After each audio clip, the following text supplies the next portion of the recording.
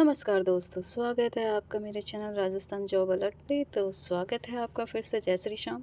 तो आज की क्लास अपनी रहने वाली है राजस्थान के लोक देवता, जो कि हर एग्ज़ाम में एक क्वेश्चन आता है। राजस्थान की जितनी भी कॉम्पिटिटिव एग्ज़ाम होती है उनमें से सब में से है एक ना एक क्वेश्चन मतलब पड़ता है अपने। या तो आपके जो पंचपीर है, जो कि मैंने कल की वीडियो में पंचपीर डाला था, उनमें से एक क्वेश्चन पड़ता है, या इनकी कोई फड़ पूछी जाती है तो एक ना एक क्वेश्चन है वो पूछा जाता है इस चैप्टर में से। तो चलिए स्टार्ट करते हैं देरी ना करते हुए और समय का अभाव देखते हुए, क्योंकि पीएसआई के जो एग्ज़ाम है वो आपको पता है 20 सितंबर है, वो अभी डेट फाइनल हुई है, तो ज़्यादा टाइम नहीं है अपने पास में। और ये जो मैं पीपीटी फॉर्मेट में आपके लिए जो तैयार करती हूँ, ये मेरे खुद के हैंड रिटन नोट्स होते हैं, उनको मैं पीपीटी फॉर्मेट में तैयार करके आप लोगों को पढ़ाती हूँ। तो मेरा कोई भी मटेरियल ऐसा नहीं होता है कि कहीं से भी उठाया हुआ होता है, ये मेरे खुद के नोट्स हैं, जो कि मैंने ऑफ़लाइन कोचिंग ली थी, तो वहाँ से मैं खुद के आपके अपने नोट्स हैं वो आपको पढ़ाती हूँ। तो चलिए, आज के राजस्थान के जो लोक देवता हैं वो अपने राजस्थान की धरती और वीरों, संतों और लोक आस्था की भूमि है। यहाँ के लोक देवता ने जनता की रक्षा, गौ सेवा, धर्म संरक्षा, समाज सुधार का कार्य किया। राजस्थान में इन्हें आज भी श्रद्धा से पूजा जाता है, जो अपने लोक देवता हैं उनको। तो चलिए दोस्तों, स्टार्ट करते हैं और आज का जो इनको याद करने की ट्रिक है वो देख लेते हैं। तो ये अपनी याद करने की ट्रिक रहेगी आज की।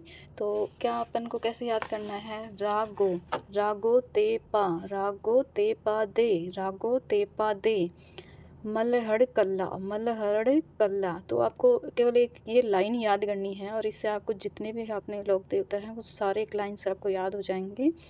तो रा से हो जाएगा आपके रामदेव जी, और गो से हो जाएगा आपके गोगा जी, और ते से हो जाएगा तेजा जी, और पा से क्या हो जाएगा? पाबू जी, और दे से हो जाएगा देवनारायण जी, और मल से हो जाएगा मल्लीनाथ जी, और हड़ से हो जाएगा हड़बू जी, और कल्ला से तो आपको पता है कल्ला जी राठौड़।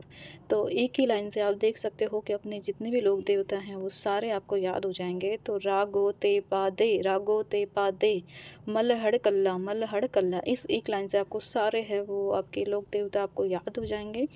तो इसको है बार बार आप 10 बार इसको रिपीट करोगे लाइन को, तो आपको ये लाइन याद हो जाएगी। तो चलिए बढ़ते हैं अगली स्लाइड की ओर।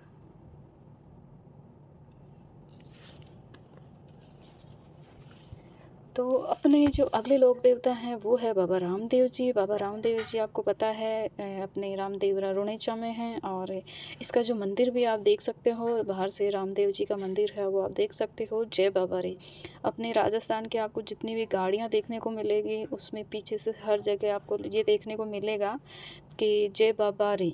मतलब मैंने जितनी भी राजस्थान में गाड़ियाँ देखी है जो बाबा को बहुत मानते हैं, उनकी गाड़ी के पीछे मैंने ये लिखा हुआ देखा है, जय बाबा रे। तो ये बाबा रामदेव जी की है मंदिर की झांकियाँ हैं, कुछ आप देख सकते हो। ये बाबा रामदेव जी घोड़े के ऊपर है, मतलब जितने भी इनसे रिलेटेड है ये इनकी घोड़ी है। तो ये सारे हैं, मैं कलरफुल पीपीटी फॉर्मेट में आपके लिए लाई हूँ, ताकि आपको मतलब ये देखने से भी है चीज़ें आपको ज़्यादा याद रहे कि वो चीज़ कैसी थी, बाबा रामदेव जी का मंदिर कैसा दिखता है, क्या क्या इम्पोर्टेंट चीज़ें थी।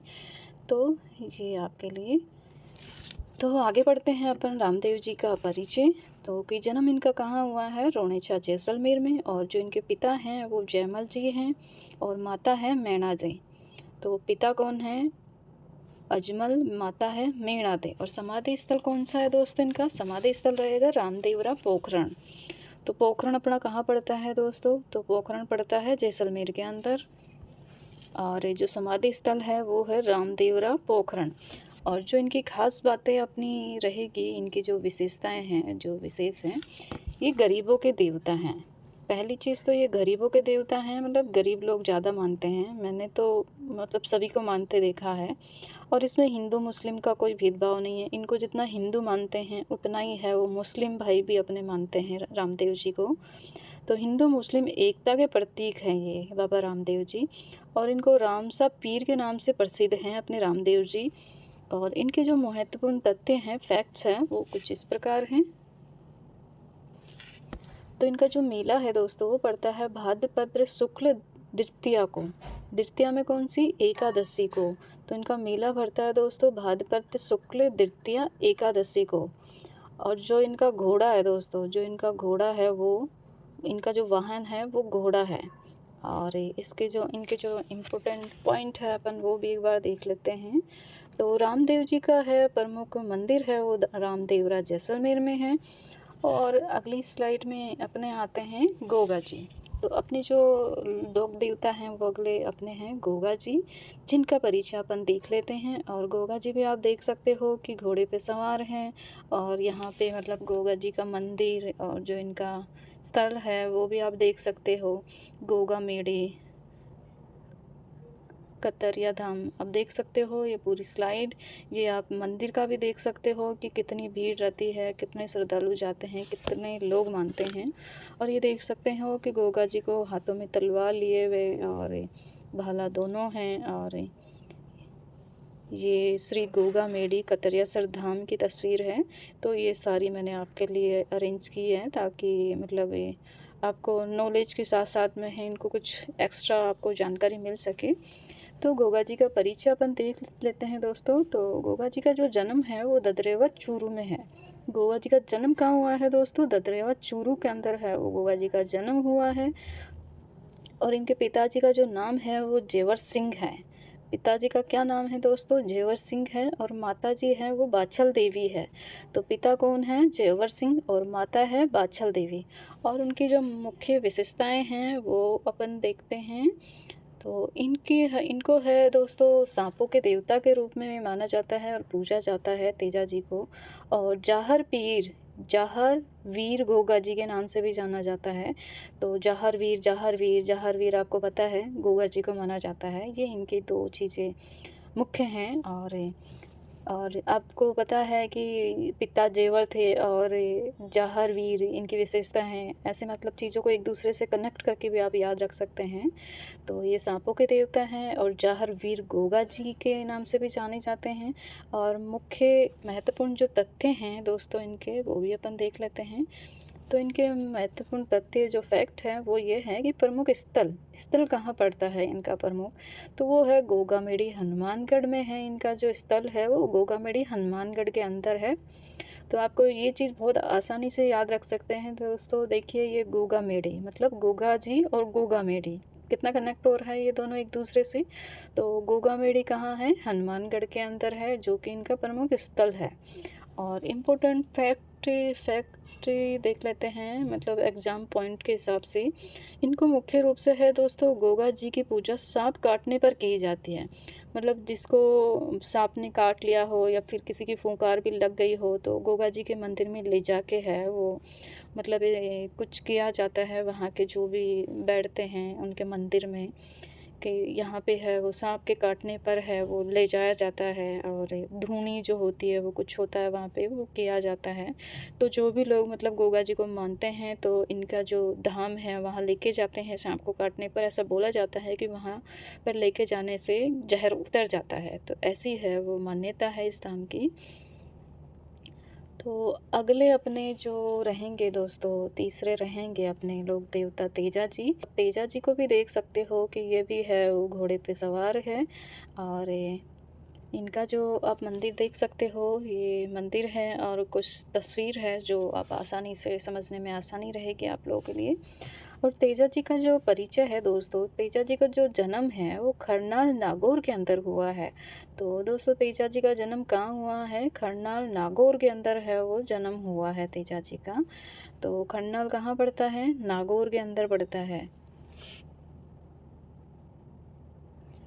तो खरनाल कहाँ है दोस्तों? नागौर में। और नागौर खरनाल के अंदर किनका है वो जन्म हुआ है दोस्तों? तेजा जी का जन्म हुआ है। और इनकी जो विशेषता है दोस्तों ये गौ रक्षक लोक देवता के रूप में पूजे जाते हैं और वचन पालन के लिए प्रसिद्ध हैं। मतलब इन्होंने जो अपना एक बार वचन दे दिया है उससे कभी ये पीछे नहीं हटते हैं। तो ये वचन के है वो पक्के माने जाते हैं।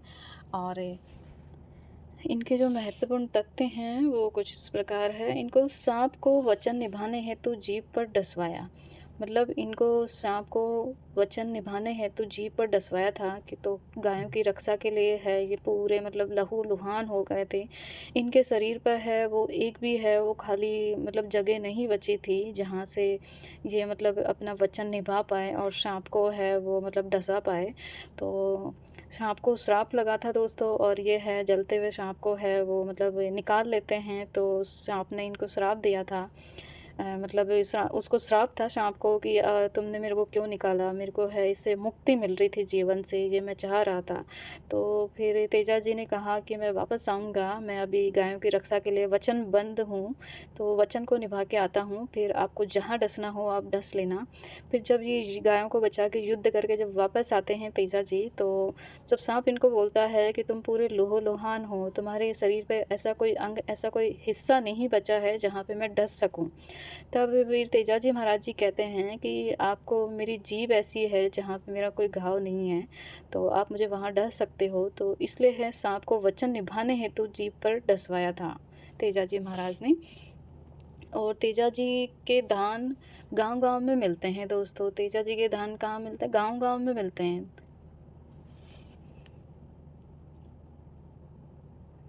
धान को आई थिंक धाम भी बोलते हैं कई जगह अपनी भाषा में। और चौथे जो अपने लोक देवता रहेंगे दोस्तों, वो रहेंगे बाबूजी। बाबूजी आप देख सकते हो कि इनकी जो घोड़ी थी, घोड़ी मतलब बहुत ही सुंदर और वैसे मानी जाती थी कि बहुत ही आकर्षक के की धनी थी। तो लोक देवता बाबूजी राठौड़ आप देख सकते हो। तो ये मैंने कुछ पिक्चर्स डाली हैं इनकी 1-2। और ये जो इनका जन्म हुआ था दोस्तों, वो हुआ था कोल्लू में। कोल्लू कहाँ पड़ता है? अपना जोधपुर के अंदर पड़ता है कोल्लू। और इनकी जो विशेषता है वो ये है कि ऊँटों के देवता हैं, मतलब बाबूजी है वो ऊँटों के देवता है। तो मैंने ऊँट के साथ में है वो फ़ोटो भी लगाई है, आप देख सकते हो कि ऊँट पे बैठे हुए हैं, तो इनकी मैंने ऊँट के साथ फ़ोटो भी लगाई है। और राठौड़ वंशीय वीर है, और ये राठौड़ वंश के हैं दोस्तों, तो ये राठौड़ वंशीय वीर कहलाते हैं। और इनके जो महत्वपूर्ण तथ्य वो ये है कि बाबूजी की फड़ है वो प्रसिद्ध लोक कला है। बाबूजी की फड़ है वो प्रसिद्ध लोक कला है। और एग्जाम पॉइंट के हिसाब से फड़ चित्रकला बाबूजी से जुड़ी है। फड़ की चित्रकला किससे जुड़ी है? बाबूजी से जुड़ी है। तो अगले अपने जो लोक देवता रहेंगे वो रहेंगे देवनारायण जी, जो कि आप देख सकते हो कि इनका जो मंदिर है वो भी देख सकते हो। और ये गुर्जर समाज के आराध्य देव माने जाते हैं। और आप देख सकते हो चित्र में नीचे सांप भी दिख रहा है, और ये विष्णु के अवतार के रूप में भी पूजे जाते हैं। तो चलिए इनका जीवन परिचय अपन देख लेते हैं। तो गुर्जर समाज के आराध्य देव हैं और ये विष्णु के अवतार माने जाते हैं। और इम्पोर्टेंट फैक्ट है इनका वो ये है, प्रमुख मंदिर जो है वो है इनका आसीद भीलवाड़ा के अंदर है। तो इनका जो मंदिर कहाँ है? आसीद भीलवाड़ा के अंदर है। और आप इनकी देख सकते हो देवनारायण जी की फड़। देवनारायण जी की जो फड़ है वो सबसे लंबी मानी जाती है। तो देवनारायण जी की फड़ सबसे लंबी मानी जाती है। एग्जाम पॉइंट के हिसाब से आपको ये ऐसे क्वेश्चन पूछ सकते हैं कि सभी लोक देवताओं में सबसे लंबी फड़ है वो कौन से लोक देवता की मानी जाती है? तो वो रहेंगे अपने देवनारायण जी। देवनारायण जी की फड़ है वो सबसे लंबी मानी जाती है। और अगले अपने लोक देवता रहेंगे मल्लीनाथ जी, जो कि कुछ इस प्रकार आप इनकी तस्वीर देख सकते हो मल्लीनाथ जी की। तो जय श्री रावल मल्लीनाथ जी री, तो देख सकते हो ये कुछ ऊँटों के साथ में मेले की और लोक देवता मल्लीनाथ जी की है वो फ़ोटो मैंने देखी है।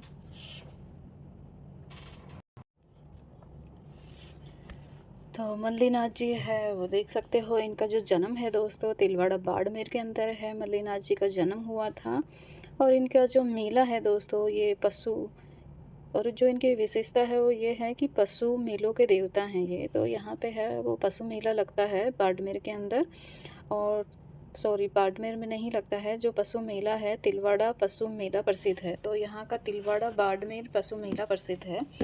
तिलवाड़ा कहाँ पड़ता है? बाड़मेर के अंदर पड़ता है। तो तिलवाड़ा बाड़मेर में इनका है वो पशु मेला भरता है।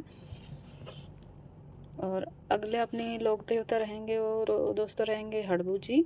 तो इनका जो जन्म है दोस्तों ये लोक आस्था के वीर देवता हैं, मतलब लोक आस्था के वीर देवता के रूप में पूजे जाते हैं और मानते हैं इनको लोग। और इनकी जो विशेषता है वो ये है कि रामदेव जी के समकालीन थे ये। तो राम जय देव जी के समकालीन कौन थे? हड़बू जी रामदेव जी के समकालीन थे। और एग्जाम पॉइंट के हिसाब से आपसे ऐसे पूछ सकते हैं कि बेंगटी फलोदी प्रमुख स्थल, तो इनका जो प्रमुख स्थल है वो कहाँ है? बेंगटी कहाँ है इसका? फलोदी, बेंगटी फलोदी प्रमुख स्थल है इनका। और अगले जो अपने लोक देवता रहेंगे दोस्तों, वो रहेंगे कल्ला जी। तो कल्ला जी अपने अगले हैं और इनका जो परिचय है वो है ये है दोस्तों, मेवाड़ के वीर लोक देवता हैं ये, और ये शौर्य और बलिदान के प्रतीक माने जाते हैं अपने कल्ला जी। और इनके लोक देवताओं के हैं वो वन लाइनर रिवीजन अपन देख लेते हैं। तो लोक देवता और प्रसिद्धि है अगला उनके सामने। तो लोक देवता हैं पहले और फिर उनकी प्रसिद्धि के बारे में लिखा गया है। तो रामदेव जी हिंदू मुस्लिम एकता का प्रतीक मानते हैं रामदेव जी को, और गोगा जी को सांपों के देवता मानते हैं। और तेजा जी कौन है? तेजा जी मतलब गौ रक्षक हैं। तेजा जी कौन है? गौ रक्षक है, मतलब गायों की रक्षा के लिए जाने जाते हैं। पाबू जी है वो ऊँटों के देवता के रूप में पूजे जाते हैं। तो पाबू जी किसके हैं? ऊँटों के देवता। और देवनारायण जी है वो गुर्जरों के आराध्य हैं। देवनारायण जी किसके आराध्य हैं? गुर्जरों के आराध्य हैं। मल्लीनाथ जी अभी अपन ने पढ़वा था कि तिलवाड़ा बाड़मेर में पशु मेला भी भरता है मल्लीनाथ जी का। तो मल्लीनाथ जी पशु मेला। और हड़बू जी लोक आस्था। तो हड़बू जी लोक आस्था के लिए जाने जाते हैं। कल्ला जी वीरता के लिए जाने जाते हैं, अपनी वीरता और शौर्य के लिए जाने जाते हैं कल्ला जी।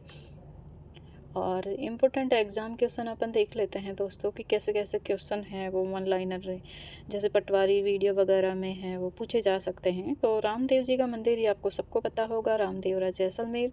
सांपों के देवता कौन कहलाते हैं? गोगा जी। और फट चित्रकला किससे जुड़ी हुई है? बापू जी देवनारायण जी से जुड़ी हुई है फट चित्रकला। तो ये एग्जाम में पूछ सकते हैं कि फट चित्रकला कौन से लोक देवताओं के द्वारा जुड़ी हुई है? तो वो जुड़ी हुई है बापू जी और देवनारायण जी। तेजा जी किस लिए प्रसिद्ध है? तेजा जी किस लिए प्रसिद्ध है दोस्तों?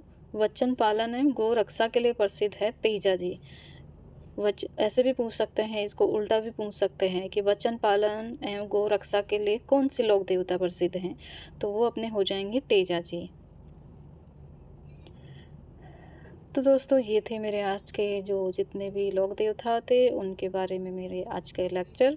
तो आई होप आपको ये वीडियो अच्छा लगा होगा। तो ज़्यादा से ज़्यादा लाइक करना, इसे शेयर करना और अपने दोस्तों के साथ में भी शेयर करना। और इस चैनल को सब्सक्राइब ज़रूर कर लेना। और अगला चैप्टर या फिर अगली वीडियो में कौन से जीके के टॉपिक के ऊपर लेकर आऊँ वो भी आप मुझे बता सकते हो। तो जय श्री श्याम दोस्तों। तो